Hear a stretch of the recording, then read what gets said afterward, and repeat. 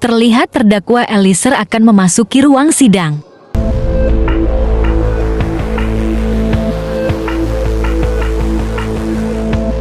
Terdakwa kasus pembunuhan Brigadir Yosua, Richard Eliezer hari ini menghadirkan saksi meringankan, yaitu pakar hukum pidana Albert Aris. Di awal kesaksiannya, Albert mengungkapkan dia hadir dalam sidang ini secara pro duo dan pro bono alias gratis.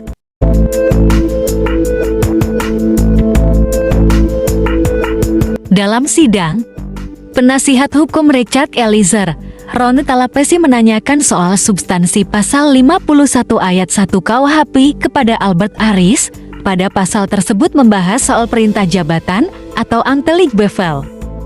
Rumusan awalnya adalah faith, ya, atau perbuatan.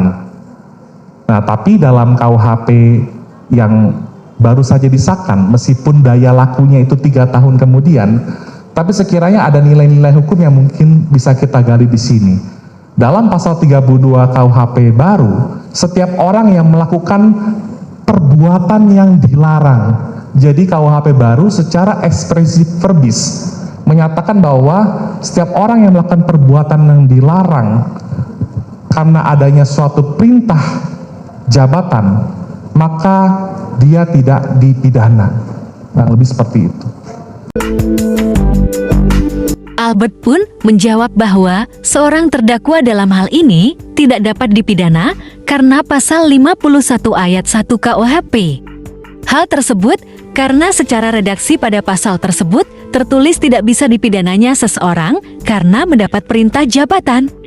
Jika yang ditanyakan penasihat hukum pasal 51 ayat 1, maka redaksionalnya adalah tidak dipidana orang yang melakukan suatu perbuatan pidana karena adanya perintah jabatan atau Amtelijk Bevel yang diberikan penguasa yang berwenang.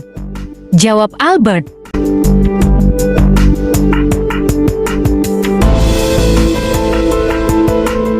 Setelah menyampaikan urayanya untuk meringankan dakwaan Richard, praktisi hukum dari Universitas Trisakti ini pun menyerahkan sebuah dokumen kepada hakim sebelum meninggalkan ruang sidang.